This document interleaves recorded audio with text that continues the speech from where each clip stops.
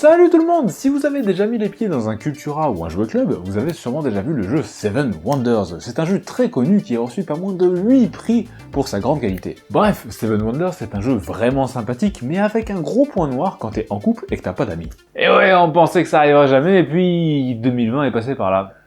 Ouais. Donc le problème c'est que Seven Wonders se joue à partir de 3 personnes, mais face au succès grandissant du jeu et au nombre de personnes voulant jouer à 2, l'éditeur se met à créer une version jouable en duo, Seven Wonders Duel. Non, je ne ferai pas cette blague. Et c'est en 2015 qu'est créé ce jeu par une société qui avait déjà fait ses preuves avec le très connu Time's Up. Cette société s'appelle Repos Productions. Bon, c'est pas tout, mais il faut s'y mettre. C'est l'heure du duel! Alors, chaque joueur est à la tête d'une civilisation et va construire des bâtiments et des merveilles. Parfait, où sont mes sujets? Esclaves? Et votre but en tant que dirigeant de votre future grande cité va être de la gérer au mieux pour que votre cité soit plus forte que celle de votre adversaire. Bien évidemment, c'est un duel. Vous allez avoir 3 grands axes pour dominer votre adversaire, la science, l'économie et le militaire. Ah, ça a l'air vachement cool ton jeu. Allez viens, on va jouer, je vais te montrer qui c'est qui gagne. Mais je peux pas jouer avec toi, tu vois bien que je fais une émission. Ah donc du coup t'as perdu. Ok, laisse-moi 2 secondes, je me dédouble et j'arrive. Ouais, c'est pratique. Donc maintenant on va voir un petit peu à quoi ressemble le jeu. Vous avez donc un plateau sur lequel on verra l'avancement militaire des 2 cités ainsi que les progrès scientifiques disponibles. Et oui, les progrès ne sont disponibles qu'une seule fois. D'un côté, il y a toujours qu'une seule personne qui découvre le truc, le reste, c'est des copies. Ensuite, vous avez vos 4 cartes merveilles constructibles, mais on y reviendra plus tard. Et enfin, vous avez un gros paquet de cartes disposées bizarrement, ce sont les cartes d'âge. C'est ça le cœur du jeu. Et il y a 3 âges dans le jeu, et vous et votre adversaire choisirez des cartes l'un après l'autre jusqu'à avoir utilisé tout l'arbre. Et ensuite on passera à l'arbre suivant jusqu'à la fin de l'âge 3 qui signera la fin de la partie. Dans ces arbres, vous allez trouver des cartes qui représentent des bâtiments. Ces bâtiments sont très utiles pour votre cité pour développer tel ou tel aspect de votre cité. Par exemple l'économie, avec des bâtiments de commerce ou de production de ressources. L'aspect scientifique et culturel, avec des bâtiments de recherche et de divertissement. Et enfin l'aspect militaire, avec des bâtiments d'entraînement de troupes. La construction de ces bâtiments est l'essence même du jeu et c'est en gérant bien les choix des bâtiments que vous allez construire pour votre cité que vous pourrez prendre l'ascendant sur la cité adverse et donc gagner la partie. Effectivement, on ne peut choisir que des cartes qui sont accessibles, c'est-à-dire non recouvertes par d'autres cartes. Et on choisit une carte l'une après l'autre avec son adversaire.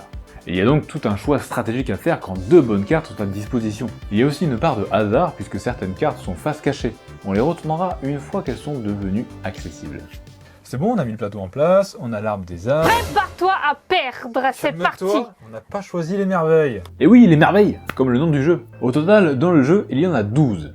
Et par partie, vous en choisirez 4 chacun parmi un panel tiré au hasard. Les merveilles ont vraiment des effets divers et variés. Il y a des merveilles plus militaires, plus économiques, d'autres scientifiques, ou même juste des merveilles qui vous apportent tout simplement des points de victoire tels quels. Il est aussi bon de noter que sur la table, du coup, il y aura 8 merveilles en tout, 4 chacun. Et le jeu s'appelle Seven Wonders. 7 pour 7. Oh, 1, ça va, faites pas les bilingues. Il n'y aura donc que 7 merveilles qui seront constructibles lors d'une partie, et c'est à prendre en compte si jamais vous voulez construire les 4 qui vous appartiennent. C'est vrai ça? On fait comment pour gagner? Attends, on va voir, on va nous expliquer comment on fait pour gagner. Tu veux toujours gagner sans même connaître les règles, toi. Tranquille. À Seven Wonders, vous avez 3 manières de gagner. La vraie victoire de bonhomme, la victoire militaire. Pour ça c'est facile, vous construisez des bâtiments militaires, ce sont les cartes rouges, et pour chaque symbole, comme celui-ci sur votre carte, vous avancez d'une case le pion militaire sur le plateau. Et si vous parvenez à amener le pion militaire jusqu'au bout, la partie s'arrête alors immédiatement suite à votre victoire militaire prodigieuse. Y a pas à dire, la conquête militaire quand même, ça détend. Vous n'êtes pas réduit à une bête conquête militaire, vous pouvez aussi vous la jouer conquête à la nerd. La partie s'arrêtera immédiatement si vous réunissez 6 des 7 paires de symboles de progrès scientifiques existants dans le jeu. Votre civilisation sera tellement avancée qu'on ne pourra plus rien faire contre elle, vous aurez atteint une suprématie scientifique. Et si aucune de ces 2 victoires n'arrive pendant la partie, on ira jusqu'à la fin de l'âge 3, et là la partie s'arrêtera, on comptera les points de victoire et celui qui en aura le plus aura gagné la partie, tout simplement. Les points de victoire reflètent l'économie et l'aspect global de votre cité, vous en avez dans des bâtiments de production, dans des bâtiments économiques, militaires, ou encore par exemple dans des bâtiments culturels, ou bien évidemment les merveilles. Ok, sachant tout ça, je vais prendre ces 2 là. Ouais, tu joues comme ça toi. Bah, il y en a qui veulent gagner ici. Hein. Ah d'accord, ok.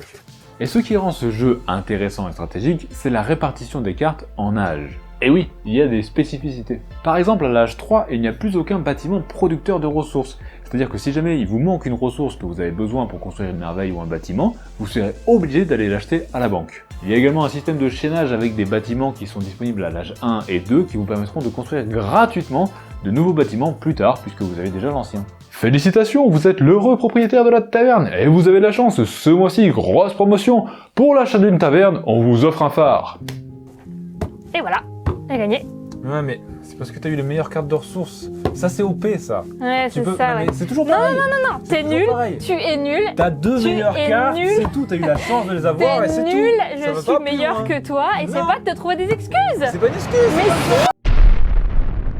Mais Alors bon, Seven Wonders est un jeu vraiment sympathique et intéressant, mais là, tel quel en l'état, honnêtement, on a vraiment vite fait le tour. Même si les parties sont toujours un petit peu différentes, les stratégies sont assez similaires de partie en partie. Et pour contrer ça, on a un truc génial qui s'appelle le DLC. Ah oui, pardon, quand c'est un objet réel, pas virtuel, on appelle ça l'extension. On en a deux pour Seven Wonders Duel, deux extensions qui amènent des sujets de discussion tout à fait légers. Le premier c'est la politique, et le deuxième c'est la religion. Attention, vous rentrez en zone rouge de monétisation. ok, donc tu vas ajouter les extensions et essayer de gagner, c'est ça? Absolument. Je vais gagner. Ouais, bah bon courage. Hein. Alors on va commencer par l'extension Panthéon, c'est la religion. Niveau upgrade, on va ajouter un plateau à notre plateau standard. Et on va créer 5 piles de 3 cartes divines à piocher, et on ajoutera des jetons sur les cartes qui sont face cachée. Quand un joueur révélera une carte face cachée, il prendra le jeton en question qui est dessus, ce qui du coup change pas mal de stratégie de base. Avoir ce jeton lui permet de piocher les 2 premières divinités d'un paquet, d'en choisir une et de la poser face cachée où il veut sur le plateau des divinités. Là où c'est intéressant, c'est que le coût d'activation des divinités, qu'on ne pourra activer qu'à partir de l'âge 2, dépend de sa place sur le plateau. Plus c'est proche de vous, moins c'est cher, et plus c'est loin, plus c'est cher. Et donc à l'âge 2, on aura une action en plus de disponible, jouer des cartes Panthéon.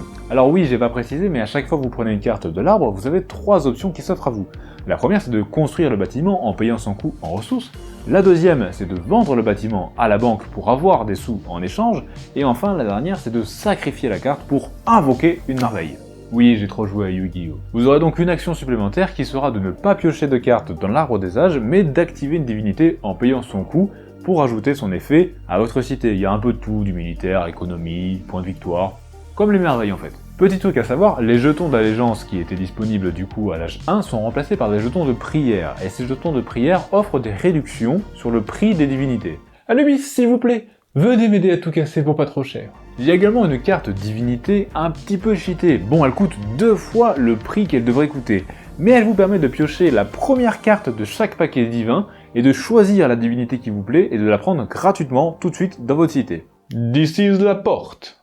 La porte fait venir qui tu veux. Et pour finir, à l'âge 3, il y a des cartes de guilde dans le jeu de base. Ces cartes de guilde dans cette extension seront remplacées par des cartes de grand temple. Parce que bon, les guildes c'est cool, mais le fanatisme, est-ce que ça serait pas un petit peu mieux? Bon allez, moi je suis riche, j'achète ton dieu là, hop. Mais je l'ai mis là exprès pour pas que tu l'achètes. Bah t'avais qu'à l'acheter avant. Mais non. Mais c'est nul. Bien sûr que c'est nul. Je l'ai mis là exprès. Je savais que comme c'était face cachée, tu voudrais mon dieu parce que tu penserais que j'aurais fait un truc super pété. Et du coup là t'as plus de sous. Et t'es bien dans la merde. Et maintenant on va voir la dernière extension, Agora, qui amène la politique dans le jeu, et avec elle une nouvelle condition de victoire, la suprématie politique. La dictature en fait. Ce n'est pas de la dictature, c'est de l'influence. Alors, la partie politique de ce jeu porte très bien son nom, c'est la plus compliquée. Mais en lisant attentivement les règles et en faisant une petite partie, c'est bon, tranquille. Vous avez quelques nouvelles actions de disponibles, comme par exemple recruter un politicien, recruter un comploteur, ou préparer un complot. Complots qui vous permettront de faire de l'extorsion, du chantage, des détournements de fonds, des saisies, voire même des coups d'état. Attends, c'est les règles du jeu ou c'est le script de BFM TV ça? Vous allez aussi devoir gérer votre influence au Sénat et contrôler le plus de chambres possible.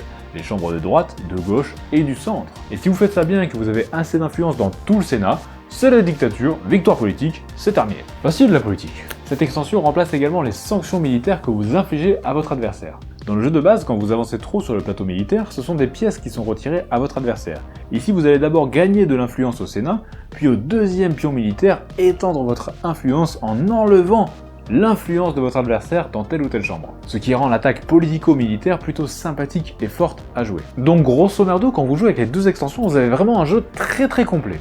vous passez de 3 actions de base à 5 avec une seule action pour toutes les possibilités politiques. Vous pouvez gagner de manière économique, culturelle, militaire ou encore politique. Vous pouvez comploter contre votre adversaire, défoncer les prix du marché pour qu'il fasse une faillite économique, envahir sa cité de manière tout à fait militaire ou encore prier des dieux pour avoir assez d'avantages et gagner. Un jeu vraiment très bien, rapide, bien équilibré, environ 30 minutes qui prend très peu de place à jouer et même à ranger. Et en plus c'est pas si cher que ça, c'est 26 € la boîte de base et 18-19 € chaque extension. Vraiment c'est du bon. Et je vous jure que je suis pas sponsorisé hein. Mais par contre si Repo Production passe par là, j'accepte le cash.